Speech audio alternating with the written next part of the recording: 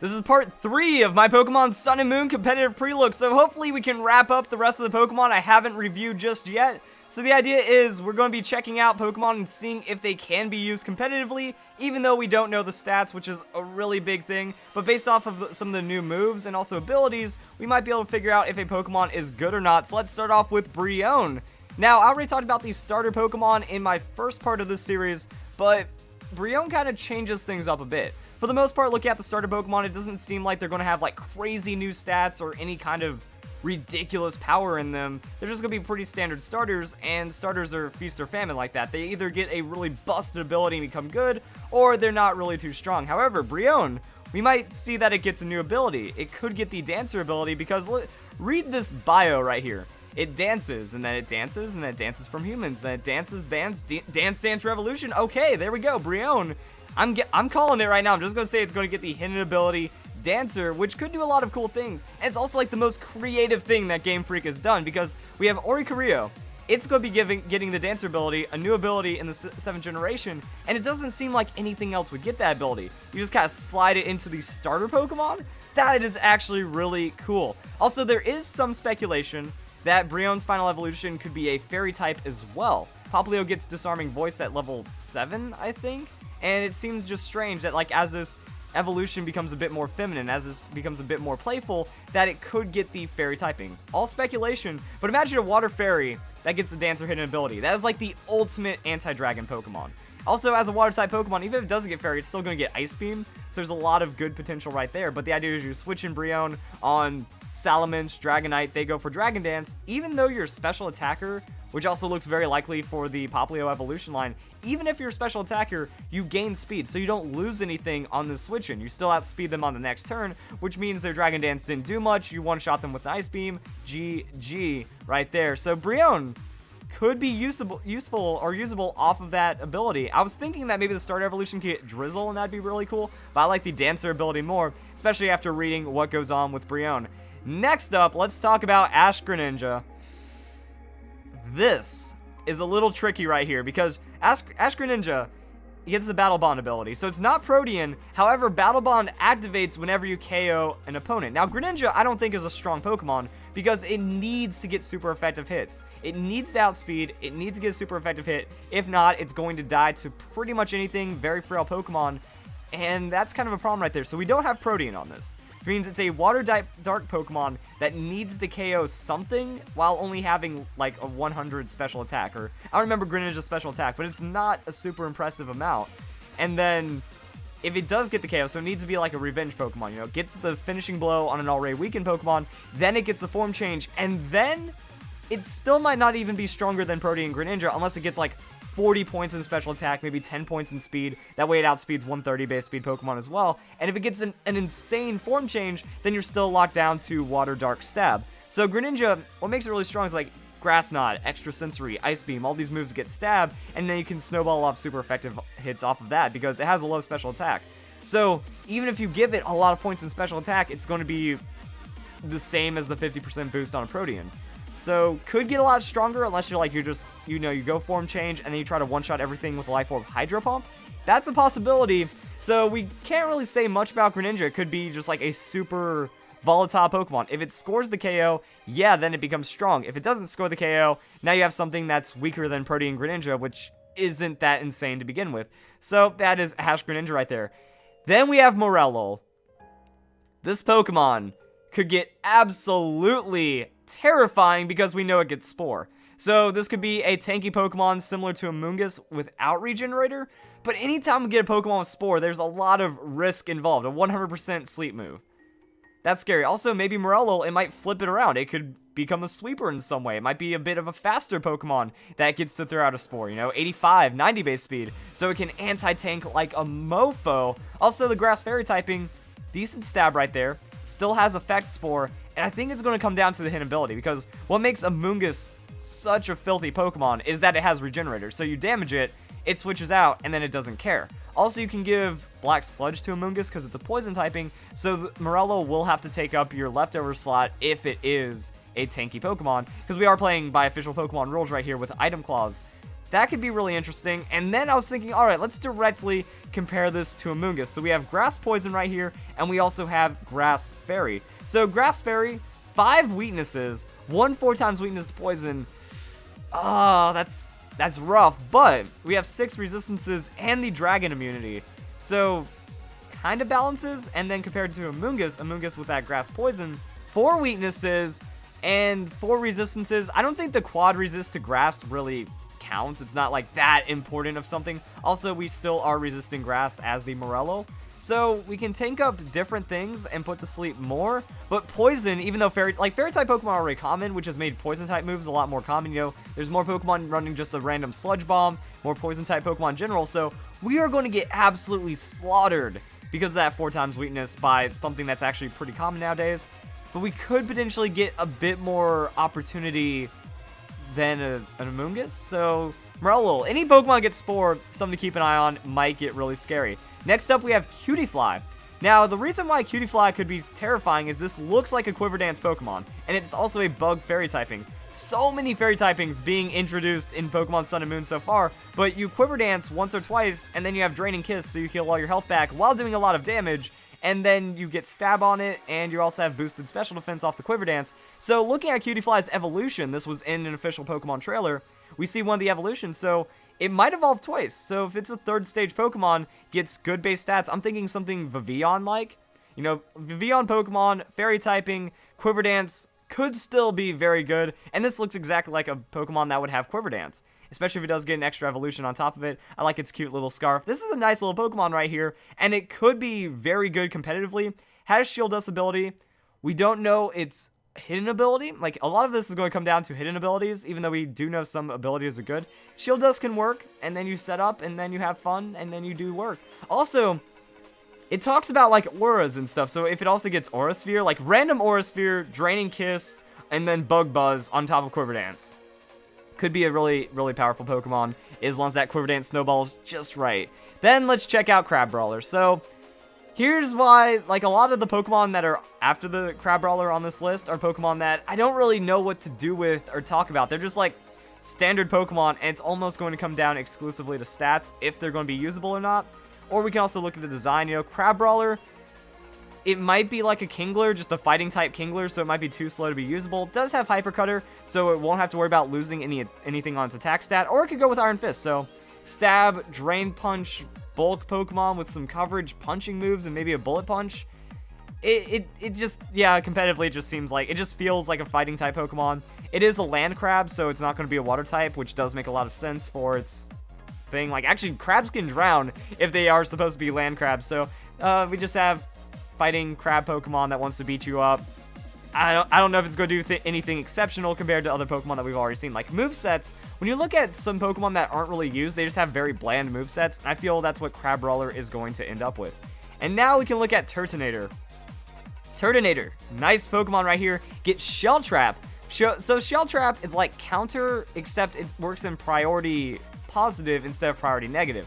Shell Trap is a move that only Turtonator can learn. With this move, Pokemon can set a trap at the beginning of a turn. So what works like Powder. Powder on Vivillon, it sets a trap at the beginning. If they use a Fire-type move is negated and they take 25% of their health. However, if you're hit by a physical attack, so a lot more moves can affect the Shell Trap, it triggers an explosion that will deal much greater damage back to the opponent. So it's like counter, except you set it in the beginning, and I'm guessing since it's a trap, it's going to activate whether or not Turtonator lives. So Turtonator could get knocked out, rebound on the Shell Trap, and then that Pokemon gets knocked out as well. So it's like a counter that lets you go 1 for 1, instead of if you die, counter fizzles out. So maybe Turtonator can set up as well. It's a Fire Dragon type Pokemon, so it could be a huge, just defensive tank Pokemon. Takes a hit, hits you with some kind of like Stab, Fire, Dragon move, does a lot of damage. If it gets Draco Meteor, you know, it can like Draco Meteor, find a very overpowered high damage KO, then go for Shell Trap, and then 2 for 1 like that. Or it can maybe find some setup. I like the potential of this Pokemon. Could work out, and it can also anti-tank. If they bring in a Ferrothorn against you, you get Stab Fire. You're going to win that out. So, Flamethrower, Draco Meteor, Shell Trap, Stealth Rocks, if it does get that. I mean, it seems like a very spiny kind of Pokemon to be able to just throw out Stealth Rocks. There's potential here. Turtonator can do some cool things. Next up, we have Alolan Ninetales. So, going off of Alolan Sandslash, which we will check out later, it seems like the Pokemon are going to get stat changes, and it's like a revamp. That since we're not seeing a lot of Alolan, or we're not seeing a lot of regular Ninetales play, we're not seeing a lot of regular Marowak, a lot of the Alolan Pokemon aren't used too often, so maybe this is like a buff, but in a completely different way. First off, Ice Fairy. Dragon-type Pokemon are absolutely wrecked by this thing. If it has like a 105, 110 base speed and outspeeds just enough, that works out. So you can Life Orb it, good amount of speed, outspeeds a lot of things, then you get Stab, Moonblast, Stab, Ice Beam. If you're still holding on to like Energy Ball, Hypnosis, you know, if Alolan Ninetales also gets that as well, yo, that could be pretty good. So you outspeed, Hypnosis, you two-shot them with like 110 special attack with a Life Orb or something. If you have a super effective move, they're going to get KO'd. Alolan Ninetales has some good potential. If it gets the Snow Warning ability, we have an actually usable Snow Warning Pokemon, so it'd be like a complete foil to Ninetales. Ninetales brings Drought, Alolan Ninetales can bring Hail, and that'd be really nice. Snow Cloak is also usable on its own, so Alolan Ninetales seems to have a high potential of usability, which is why Alolan Pokemon are being introduced, so Game Freak might have done a good job right there. I think I already talked about Komala, but just in case I didn't, my thoughts on it in that it's going to evolve into something like Pangoro, so like Pancham into Pangoro, Komala into its evolutionary form, except it's going to be bulkier and slower, so it can take the hit and then dish back something, and because of the Comatose ability, Thunder Wave isn't going to shut you down. Also, you're not going to have to worry too much about Burn hurting you. So if this is a physical attacker, you know, just uses its Stump Log and then beats you into the ground, similar to a Conkeldurr. So yeah, it's like a Conkeldurr, but a normal type Pokemon that can't get burned. That works out pretty well. And then you also don't have to worry about getting frozen or any kind of other status. So yeah, you just beat things up and do a lot of damage. So it could be a nice bruiser Pokemon like that. On that, we have Wimpod. Don't know how Wimpod's going to work competitively, and that's how that's like the rest of this list. So if you're faster than the opponent, it's like you get to use a U-turn that isn't a U-turn, but also you're taking damage. If you don't want your Pokemon coming in to take damage, maybe specific team builds can make use of the Wimpod, especially if its evolution does a lot of damage. But the biggest use I see for Wimpod isn't even competitive. I see money making because it talks about this Pokemon having pearls. You know, it carries pearls and other valuable items. So you use Thief on it, you knock it below half with the Thief, and then you steal its item, it runs away, so you're actually saving battle time, you know, instead of going into the next turn, selecting run away and running away, Pokemon does that for you. So you're saving animation time, and then it's faster, so you might this might be viable money-making, question mark, on the Wimpod, but there we go, off of Wimpod farming, and maybe usability in competitive play. Balance Sweep, no idea what this Pokemon's going to do. Leaf Guard isn't that fantastic of an ability, so let's go and look up Leaf Guard. But another thing I don't feel about this Pokemon is that it feels like Cherrim, and we don't see Cherrim too much, but also Leaf Guard, during harsh sunlight, Leaf Guard prevents Pokemon from being afflicted by non-volatile status conditions, and Yawn. That just means you're giving up Chlorophyll for something that has to be used in sunlight, and if you're in sunlight, you might as well be using Chlorophyll anyways, because Chlorophyll is crazy good. But then Bounce Sweep might be a supportive Pokemon with Oblivious. Doesn't look like it's going to evolve into much and have too much usability. Yeah, I'm out of ideas here. But Lurantis, this Pokemon might be something to talk about. So if it gets Chlorophyll as its hidden ability, we're looking at a Leavanny that might be as good or better, unless it already has good speed. So I don't know what to make of Lurantis, but it does get Solar Blade, a move that releases a blade-shaped beam to mince up its foes, so pretty much physical Solar Beam, which means I'm guessing that in Sunny Day, especially because Leaf Guard. It also has Leaf Guard, again, not fantastic. It might work with Lurantis, so you don't have to worry about getting Will-O-Wisp and then Burn reducing your power. So this Pokemon's going to synergize in Sun a lot because of Solar Blade. So I'm guessing Solar Blade like Solar Beam. If you have Sunny Day out, it's going to work on the first turn. 120 base power, physical Solar Beam, which means, hey, Leavanny could get it. If Leavanny gets Solar Blade, it's just going to overtake Lurantis, I feel, unless Lurantis has crazy stats. But Leavanny, it only has a 490 base stat total. I'm feeling... Actually, no, it has 500. It got a little bit of a buff in the 6th generation. So what I'm feeling is that if Lurantis doesn't get crazy overtuned stats, you know, Leavanny is going to be similar. So Lurantis needs over 100 base speed. Actually, with the introduction of more Pokemon Sun and Moon, like 100 base speed right now isn't what it used to be. And I feel like 110 is the new 100. And maybe in Pokemon Sun and Moon, like things that really want to be safe and outspeedy have to have 110, 115 base speed. So if Lurantis doesn't get that, could be a problem. Also, if Lurantis doesn't get like a 120 attack in competitive speed, well then Leavanny is going to be better because Lurantis is just a grass type Pokemon. Like right here we have pure grass. So Leavanny also gets the stab X Scissor on top of that. But then we can maybe get an idea of what Lurantis' moveset is going to be based off of Leavanny as well. So let's get rid of that right there. X Scissor, Leaf Blade, pretty standard stuff. Maybe the Aerial Ace just for kicks right there. I'm thinking that this is going to be very similar. Knockoff, potentially. Endure. So Leavanny just might be a better Lurantis if it gets Solar Blade. If not, Lurantis does have a big nuke that will synergize in Sun. Leavanny gets Chlorophyll, Lurantis has to get it, or else we're not really going to get too much out of Lurantis.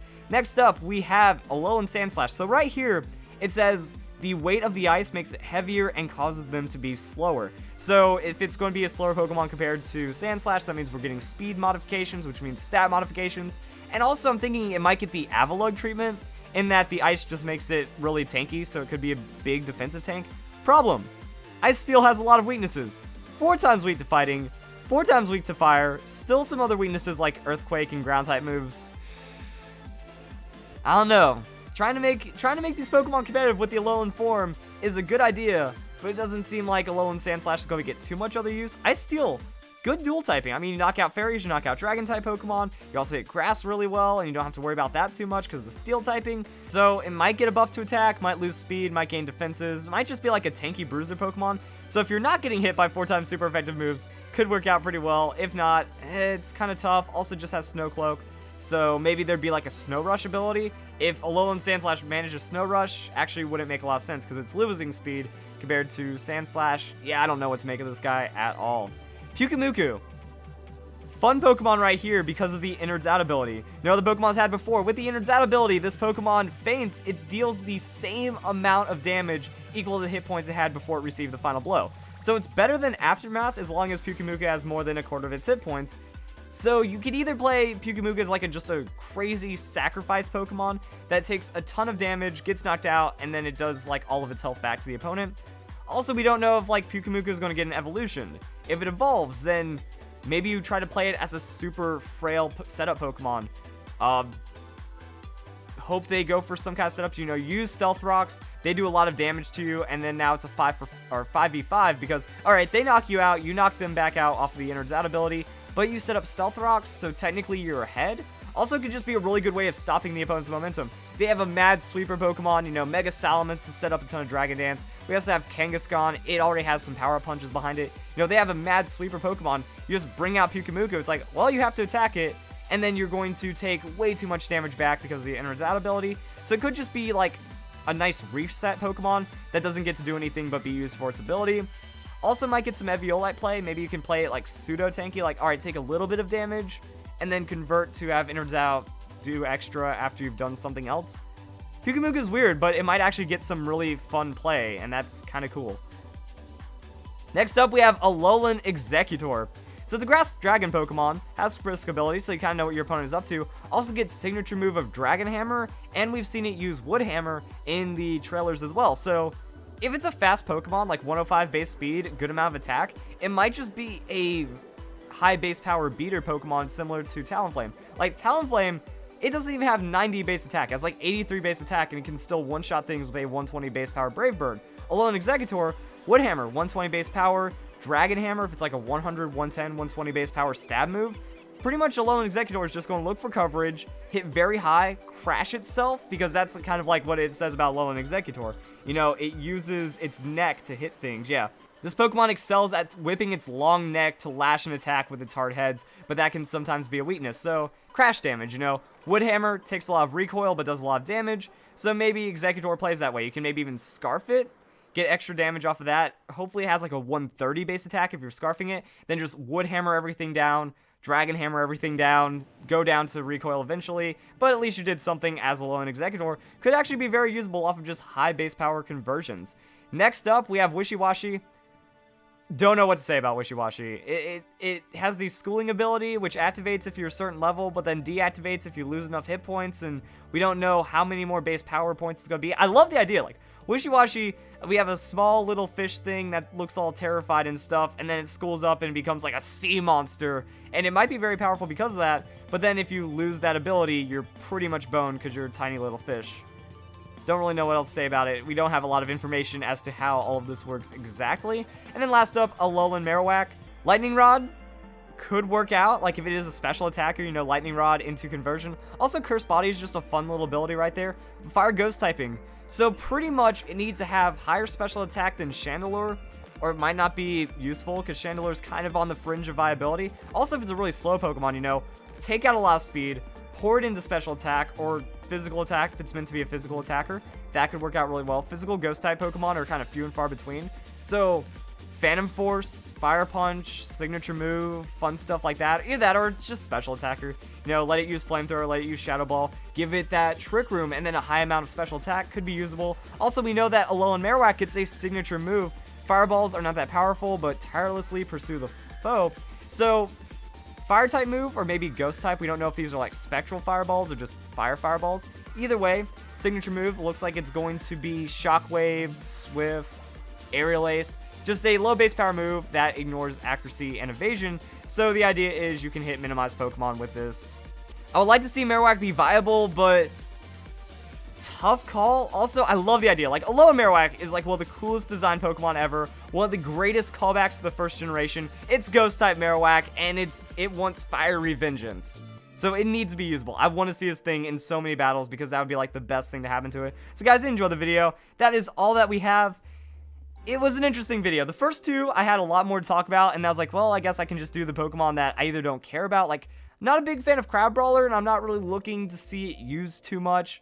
It just seems like a pretty standard Pokemon. So the more confusing and tricky to talk about Pokemon kind of thrown together in this video. But we still had some fun thoughts, like Morello is scary, Cutiefly is scary. I like the Dancer potential. And then we also get to talk about the Alolan Pokemon. So there is a lot that could happen right here. So guys, enjoy the video. Hope you all have a nice day. Thank you very much for watching. Also, I hope I remembered all of the remaining Pokemon. Yeah!